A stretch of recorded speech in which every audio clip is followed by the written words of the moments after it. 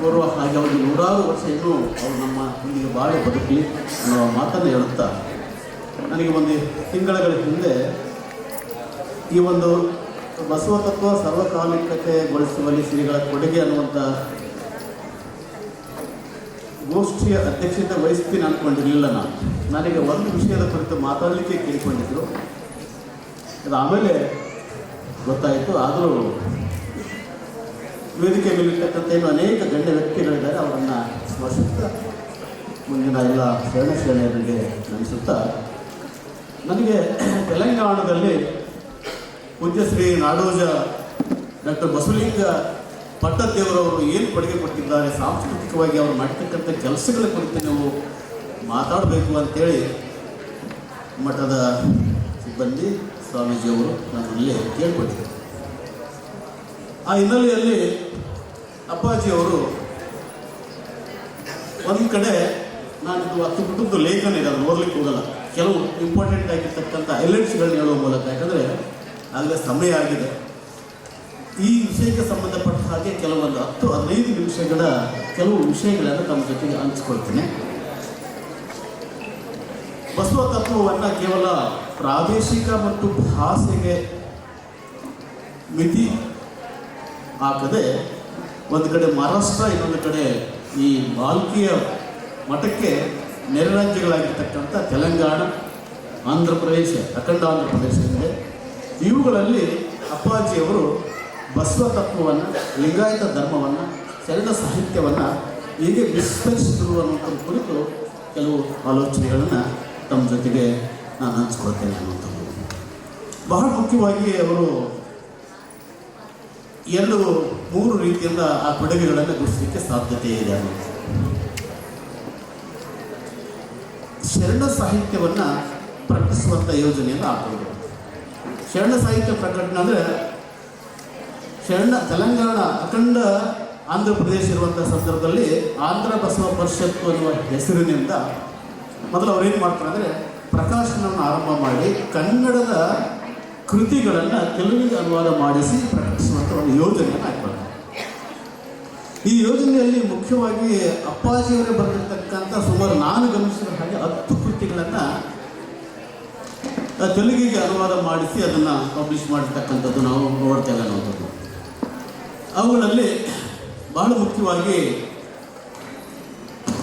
ಕನ್ನಡದಲ್ಲಿರ್ತಕ್ಕಂಥ ಚಿಕ್ಕ ಚಿಕ್ಕ ಕೃತಿಗಳನ್ನು, ಶರಣರ ಜೀವನ ಆಗಿರ್ಬೋದು, ಶರಣರ ಸಂದೇಶ ಆಗಿರ್ಬೋದು, ಅವುಗಳನ್ನು ಮುದ್ರಣ ಮಾಡಿ ಕನ್ನಡದಲ್ಲಿ ಮುದ್ರಿತವಾಗಿರ್ತಕ್ಕಂಥ ಕೃತಿಗಳನ್ನು ತೆಲುಗಿಗೆ ಅನುವಾದ ಮಾಡಿಸಿರ್ತಕ್ಕಂಥದ್ದಿದೆ.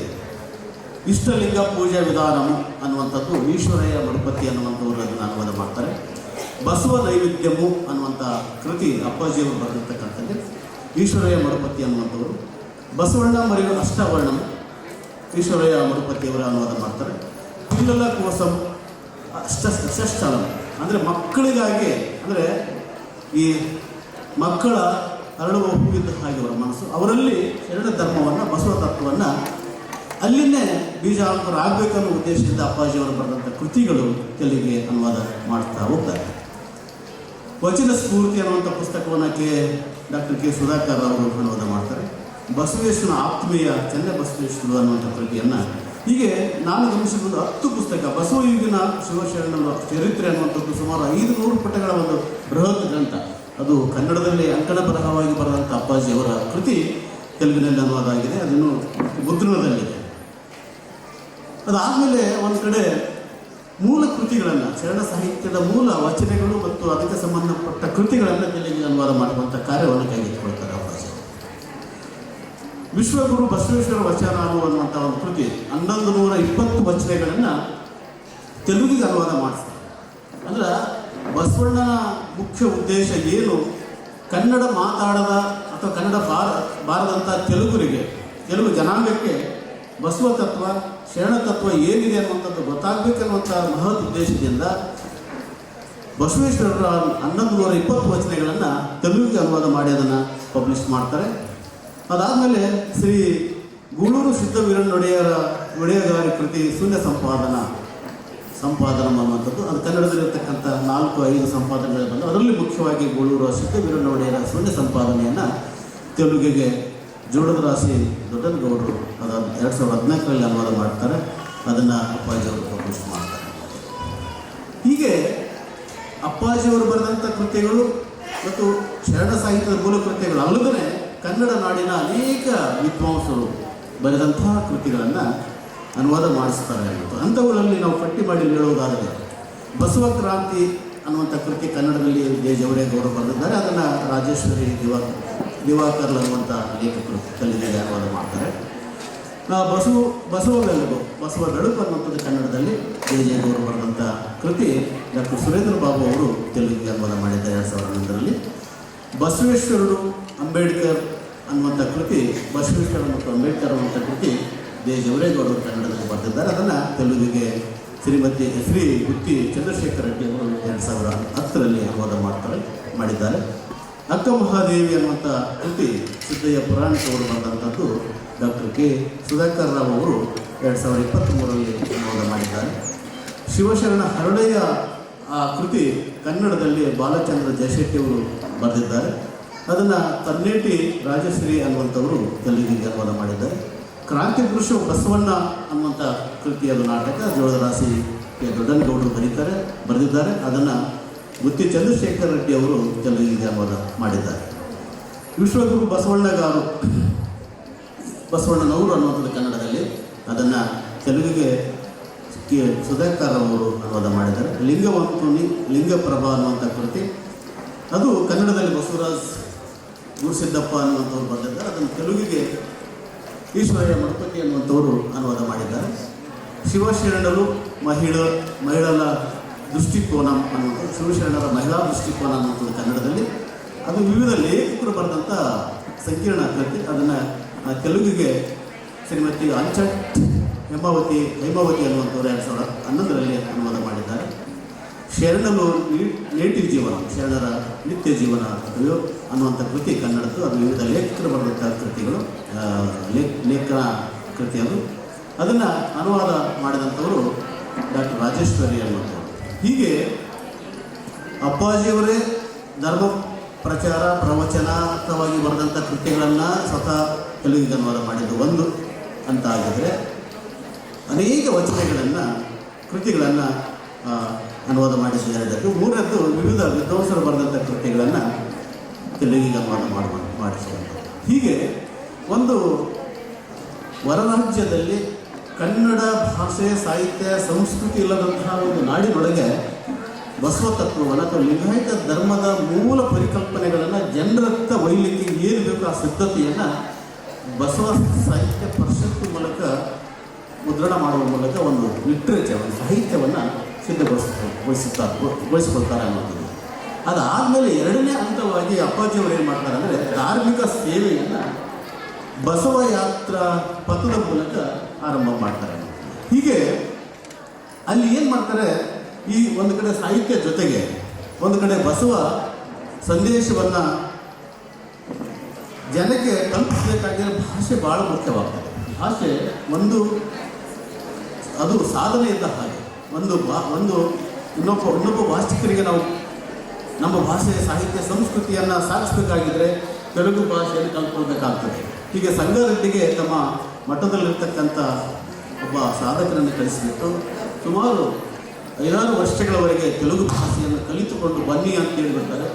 ಅದಾದಮೇಲೆ ಅವರು ಕಲಿತ್ಕೊಂಡು ಬಂದಾದಮೇಲೆ 2019ರಲ್ಲಿ ಫೆಬ್ರವರಿ 10ರಿಂದ ಮಾರ್ಚ್ 20ರವರೆಗೆ ಸುಮಾರು 1 ತಿಂಗಳ ಕಾಲ ಭಾಳ ವ್ಯವಸ್ಥಿತವಾಗಿ 30 ದಿನಗಳ ಕಾಲ ಇಡೀ ತೆಲಂಗಾಣ ರಾಜ್ಯದ 30 ಜಿಲ್ಲೆಗಳಲ್ಲಿ ಬಸವ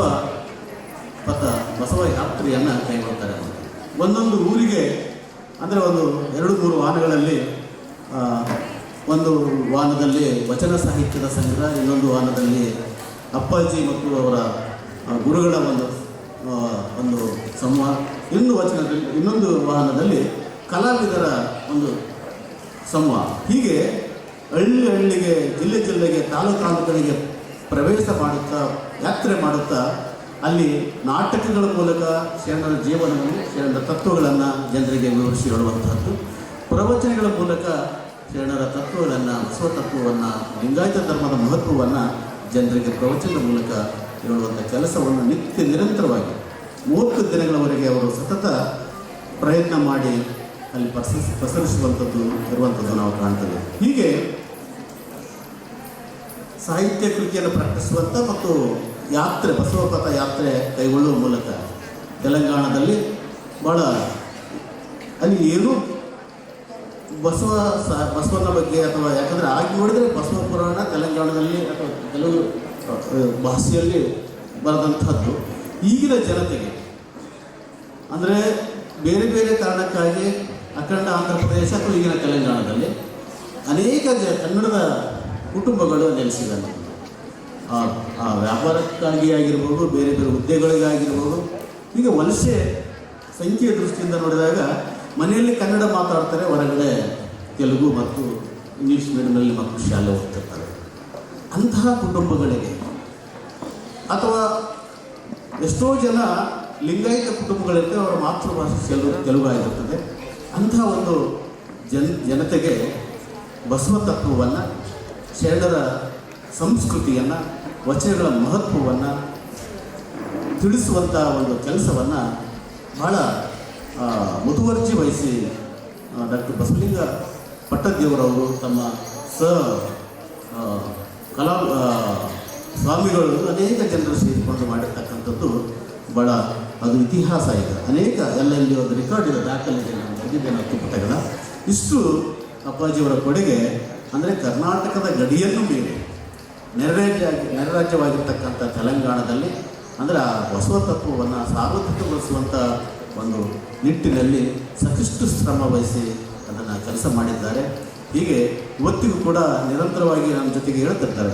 ಅನೇಕ ಶರಣರ ಚಿಂತನೆಗಳು ಬೇರೆ ಭಾಷೆಗೆ ಹೋಗಬೇಕಾಗಿದೆ, ತೆಲುಗಿನಲ್ಲಿ ಅನೇಕ ಕೃತಿಗಳನ್ನು ಅನುವಾದ ಮಾಡುವಂಥ ಆಲೋಚನೆಗಳು ಅವರ ಕೈಲಿದ್ದಾರೆ. ಹಾಗಾಗಿ ಹೇಳ್ತಾರೆ, ಒಳ್ಳೆಯ ಅನುವಾದಕರನ್ನು ನೋಡಲಿ, ನಾನು ಶರಣರ ವಚನೆಗಳನ್ನು ತೆಲುಗಿಗೆ ಹೋಗಬೇಕಾಗಿದೆ, ಮರಾಠಿಗೆ ಸಾಕಷ್ಟು ಆಗಿದೆ, ತೆಲುಗಿನಲ್ಲಿ ಇನ್ನೂ ಮಾಡಬೇಕಾದ ಕೆಲಸ ತುಂಬ ಇದೆ ಅನ್ನುವಂಥ ಮಾತನ್ನು ಆಗಾಗ ಹೇಳ್ತಿರ್ತಾರೆ. ನಾನು 20 ದಿನಗಳ ಹಿಂದೆ ನಾನು ಮಠಕ್ಕೆ ಭೇಟಿ ಕೊಟ್ಟಿದ್ದೆ. ತುಂಬ ಖುಷಿಯಾಯಿತು. ನಾನು ಹೊರಗಡೆ ಬೇರೆ ಬೇರೆ ಕಾರಣಕ್ಕೆ ಅನೇಕ ಸಂದರ್ಭದಲ್ಲಿ ಅಪ್ಪಾಜಿಯವರು ಕರೆ ಕೊಟ್ಟಿದ್ದು ನನಗೆ, ಮಠಕ್ಕೆ ಬನ್ನಿ ಅಂತೇಳಿ. ಒಂದು 20 ದಿನಗಳ ಹಿಂದೆ ಬಂದಾಗ ಸಾಕಷ್ಟು ಜನ ಹೇಳಿದರು, ಅಂದರೆ ಹೇಗೆ ಶರಣರ ತತ್ವ ಅಕ್ಷರಶಃ ಹೇಗೆ ಶ್ರೀಮಠದಲ್ಲಿ ಪಾಲನೆ ಆಗ್ತದಲಿಕ್ಕೆ. ನಾನು ಅವತ್ತು ಸಾಯಂಕಾಲ ಬಂದೆ, ಹಾಗೆ ಸಹಪಂಕ್ತಿ ಭೋಜನ ಆಯಿತು. ಬೆಳಿಗ್ಗೆ ನಾವು ಮಠಕ್ಕೆ ಹೋದಾಗ ಅಪ್ಪಾಜಿಯವರು ಇಬ್ಬರು ದರ್ಶನ ತಗೊಂಡ್ರೆ, ಬನ್ನಿ ನನ್ನ ವಾಹನದಲ್ಲೇ ಹೋಗೋಣ ಅಂತ ಕರೆದರು. ಅಂದರೆ ಸಾಮಾನ್ಯವಾಗಿ ಸ್ವಾಮೀಜಿಯವರು ಯಾರೂ ತಮ್ಮ ಪಕ್ಕದಲ್ಲಿ ಕೂತ್ಕೊಳ್ಳಲ್ಲ, ತಮ್ಮ ವಾಹನದಲ್ಲಿ ಬೇರೆಯವರಿಗೆ ಕರ್ಕೊಂಡು ಹೋಗಲ್ಲ. ಅಪ್ಪಾಜಿಯವರಿಗೆ ಹೇಳಿದೆ, ಸರ್ ನಾನು ವಾಹನ ತಂದಿದ್ದೇನೆ, ಬರ್ತೇನೆ ಅನ್ನುವಂಥ ಮಾತು.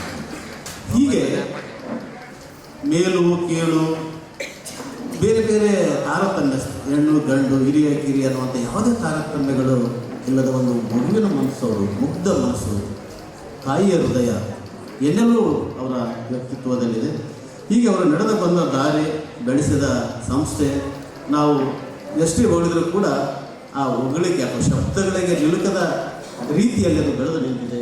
ಅದು ಕಣ್ಣಿಗೆ ಕಾಣ್ತಿದೆ, ಹೃದಯಕ್ಕೆ ತಲುಪಿದೆ. ಅನೇಕ ನಾನಿಲ್ಲಿ ಈ ಕಟ್ಟಡಗಳನ್ನು ನೋಡಿದಾಗ ಸಾಕಷ್ಟು ಜನ ಬೆಳಗ್ಗಿದ್ದ ಚರ್ಚೆ ಆಗ್ತಾಯಿದೆ.